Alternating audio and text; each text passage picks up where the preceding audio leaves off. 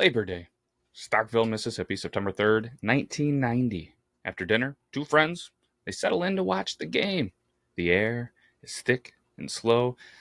You know, the kind that makes the ceiling fans feel brave. Then, a knock at the side door. One friend rises to answer. The door opens, a blade flashes, and in a matter of minutes, a quiet neighborhood inherits a nightmare that will take 30 years to name. CBS News. What's up, everybody? We're back. It's the Yore Town Podcast, and happy Labor Day. Happy Labor Day. And happy belated birthday to the beautiful, wonderful Dun Queen Meg. Thanks. And allergy season is back upon us. The air is thick, not only in this setting, but here, apparently. I don't know what's going on. So if you hear some coughing and some sniffling, Meg's got the allergies ramped right up. Stung by a bee yesterday, and I think that might be part of it. And she's severely allergic to bees, so it's been a Labor Day for us as well. And at the time of the recording, we're getting ready to head over to the Great Hewelton Labor Day Parade festivities, because I love parades. Yay. But I actually do. You do. I don't. Doesn't matter. Because, you know what? Today, it's not quite Labor Day. It's the day before Labor Day, but the time the episode comes out, it is Labor Day. So I said, why don't we do the Labor Day murders? The killing of Betty Jones and the brutal assault of her friend, Catherine Krigler. It's a story about patience, science, and the knock you can never unhear. Content warning. The episode does include descriptions of extreme violence and some other things, so listener and viewer discretion is advised. Do you think we jump right into this, Meg? Yeah. All right. Have you heard of the murders that happened in 1990 in the old Mississippi, Starkville? I don't think I have. I didn't until I started doing the research and stuff on this. So the home where this all occurred sits off Highway 82 East in Starkville. Inside is Catherine Krigler, 81, recently amputated and using a wheelchair. With her is Betty Jones, a friend who often checked in and kept her company. It's Labor Day night, and they finished dinner. A baseball game's on deck. Then, that knock. Betty answers. The man steps inside. He attacks immediately, cuts Betty's throat. She collapses near the door, and the intruder then moves through the house to Catherine's room. He does a lot of terrible, disgusting things to her, and then tries to strangle her, leaving her for dead. But somehow, Catherine crawled to a phone, dialed 911. First responders, they find the horrific scene. They rush her to the hospital. Betty Jones is dead, and Catherine survives. For now. Terrible, isn't it? Uh-huh. Ugh. In this story, I mean, it was everywhere, from CBS News, the Dispatch, WLBT.com. It just goes everywhere. And kind of to paint the picture, Starkville is one of those places where people know each other's rhymes, rhythms, not rhymes. They might know the rhymes, but they know their rhythms for sure. It's a town kind of like we talk about. Isn't there like a similar thing where it's like quiet town? Everybody knows everybody. Stuff like this doesn't happen there. Yeah. Until it does. Mm-hmm. You know, they know the people in this town who rakes at dusk, who leaves a porch light on. In a single night, that routine becomes rumor. People double check their locks. They look at every stranger's face like it may be the last one Betty Jones saw. Local papers, they would soon call it the Labor Day Murders. Well, creative name, huh? Come on, media, you're better than that. Unfortunately, that name would stick. Catherine, battered and brave, she's clinging on. Weeks later, complications, unfortunately, Meg, take her life. She passed away 2 months after the attack.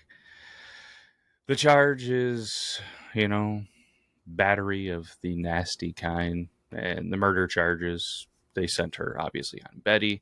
Starkville, they're left with grief and a single crucial thread. DNA. You're probably thinking, they got a little DNA.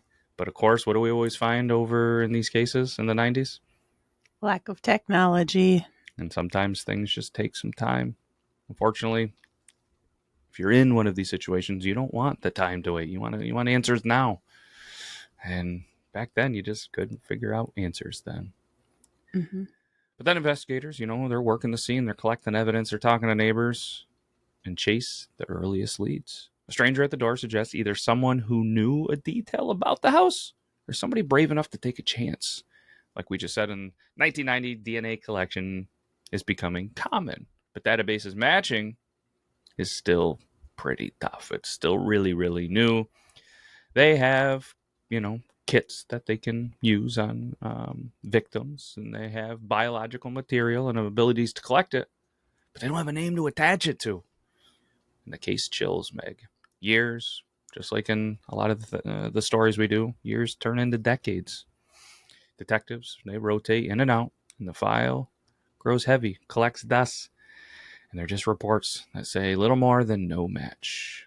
Families, they mark Labor Day with something else now, a little bit of a private memorial that you make while the rest of the country either grills or nurses a hangover. But the case, it never goes dark, thankfully. From time to time, there's new techniques. You get STR profiling, better storage, wider databases, and sometimes they produce a little bit of a flicker of light. Sergeant Bill Lott becomes synonymous with the file. He speaks publicly about needing broader familial DNA tools and keeps pushing for fresh eyes and old samples. Way to go, Sergeant Bill. The DNA sits, but it's preserved, Meg. It's just waiting for the science to catch up to the violence. Mm-hmm. Right? But let's fast forward a little bit. The 2010s. What you think of the 2010s? Mm-hmm. They were all right. Yeah, pretty all right? Yeah. Yeah, good enough. I had a good time. Yeah. Investigative genetic genealogy. Say that 5 times fast. Starting to change. Instead of only asking, does this DNA match somebody already in CODIS? Detectives can now ask, who might this person be related to? And that's the breakthrough. Building family trees from distant DNA cousins and consumer genealogy databases, and working forward with public records till a suspect's name emerges. How wild is that? All these people spitting in those tubes, sending it in to see if they're Irish or not on St. Paddy's Day. And the next thing you know, because of you, they can link your cousin into some stuff. Yep. You don't even have to snitch anymore. You just got to spit. August 2018, almost exactly 28 years after the crime, the Starkville police received something they've never had. 2 composite images generated by Parabon Nanolabs, which anything in true crime and detective stuff, so you're going to hear that name. One estimating the suspect's appearance in 1990 and an age-progressed version showing how he might look today. This is DNA phenotyping, predicting traits like eye color, eye shape, their hair, skin color, all from just genetic markers. Mm-hmm. Science is wild, isn't it? It's pretty cool. It's not a mugshot, though. It's a scientifically informed silhouette for the community to stare at and say, do I know you? Sergeant Lott, well, he does exactly that. And just weeks later, they get an arrest, Meg. Ooh, right? Probably thinking who, when, where, why, how? I don't know how it gets slid into there with all the dubs, but October 2018, police announce an arrest. Michael Wayne Devon, early 50s, from Renzi, Mississippi. He's charged with capital murder and the killing of Betty Jones, the battery charge, and the attack of Catherine Krigler. At arraignment, the bond numbers tell you how seriously the court reads the file. $10 million on the capital murder and $1 million on the battery. From there, the headlines, well, they're pretty simple and blunt. Arrest made in 28-year-old Labor Day murders case. They got him, Meg. For Betty's family, including her grandson at this time, Jason, it's a name where they had only been a shadow. Relief and rage, her cousins, both show up. Reporters replay the Parabon composites next to the booking photos. It's not perfect, never is, but the science did what it promised. It narrowed the hayfield to a pitchfork. Oh, you like that little farm reference? Yeah, that's nice. The legal process churns forward. 2019 grand jury indictment hardens the charges. Now, Meg, it's only a matter of what justice is going to look like. So all the way to 2020, November, Mississippi courtroom, Devon pleads guilty to capital murder. The state agrees to dismiss the battery charge tied to Catherine as part of the deal. The sentence, though, life in prison without parole. After 30 years, the file closes with a period, not an ellipsis. For Starkville, for the officers who refused to box this case as unsolvable, for Betty's people who kept showing up on interview anniversaries, it's the end they could live with, even if it's not really obviously the one they wanted, right? Mm-hmm. There's a detail that people kind of come back to. Catherine's 911 call. The attacker believed he had ended both lives. He hadn't.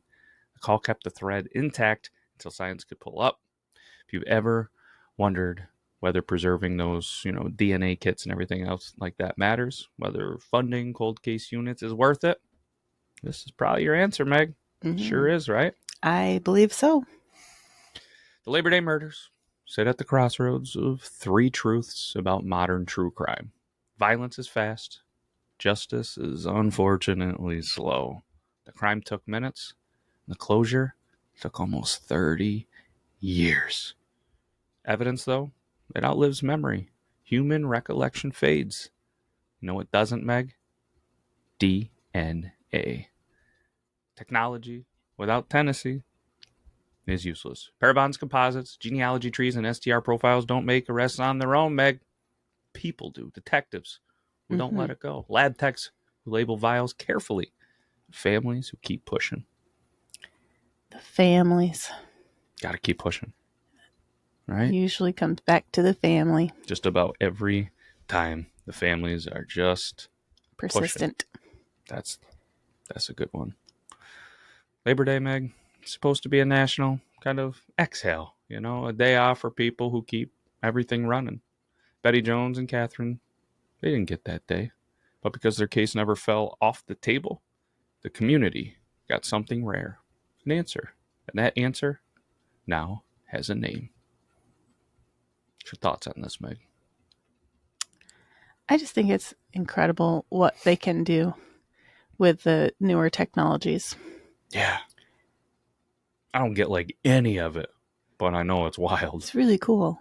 I mean, being able to take, let's be honest, probably not the greatest, collection of evidence and DNA and stuff. And it's able to sit around for 30, 40, 50 years. And somebody can come through with technology and be like, boop, boop, boop. Not only parrot to families based on that, but be able to put out sketches. Sketch, yeah. That's wild.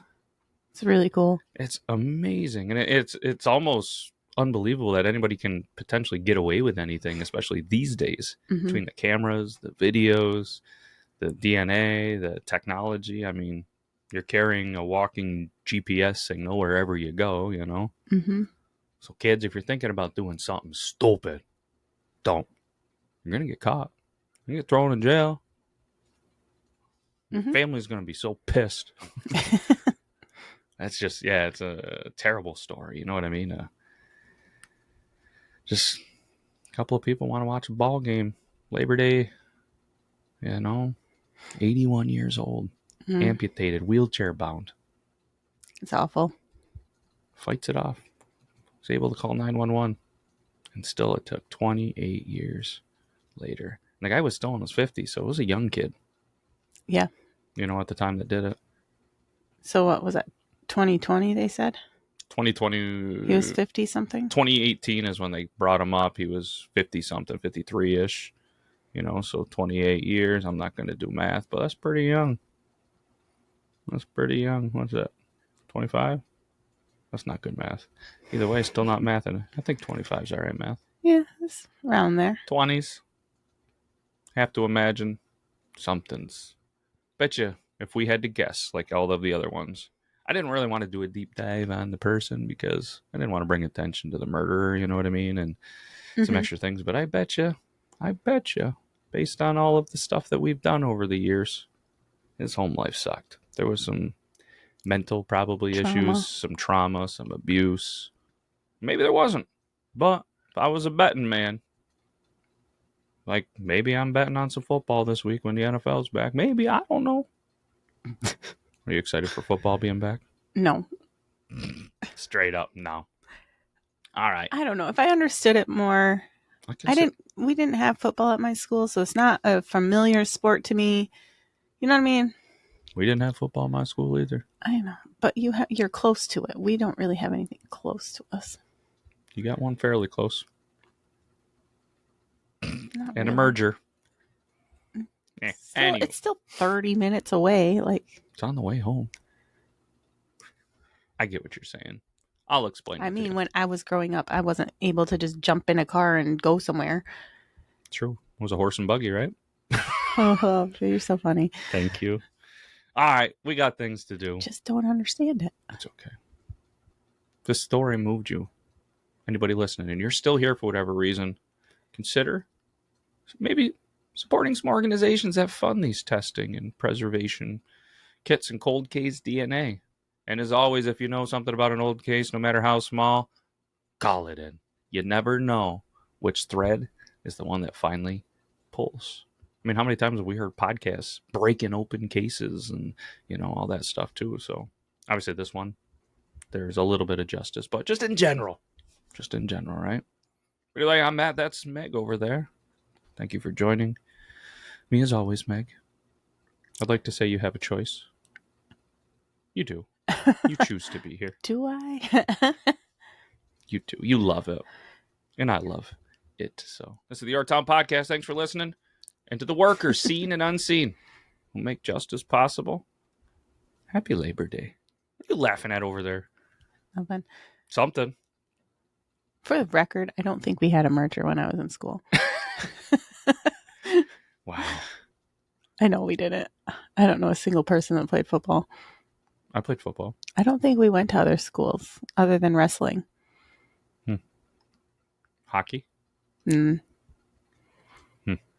Well, time to get out of that school.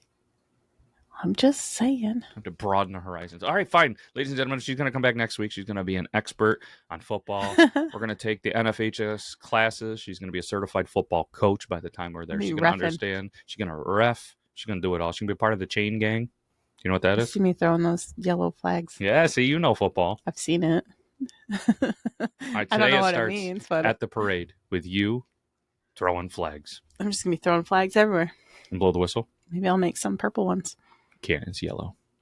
You can't. And maybe I will. You can't stop me. All right, we got to go, everybody. Thanks for still listening. We appreciate you. We'll be back next week. If you have a recommendation on something that you want, if Meg doesn't come up with something, then hit us up in the comments. But that's all we got. We'll be back next week. Okay, bye-bye. Bye.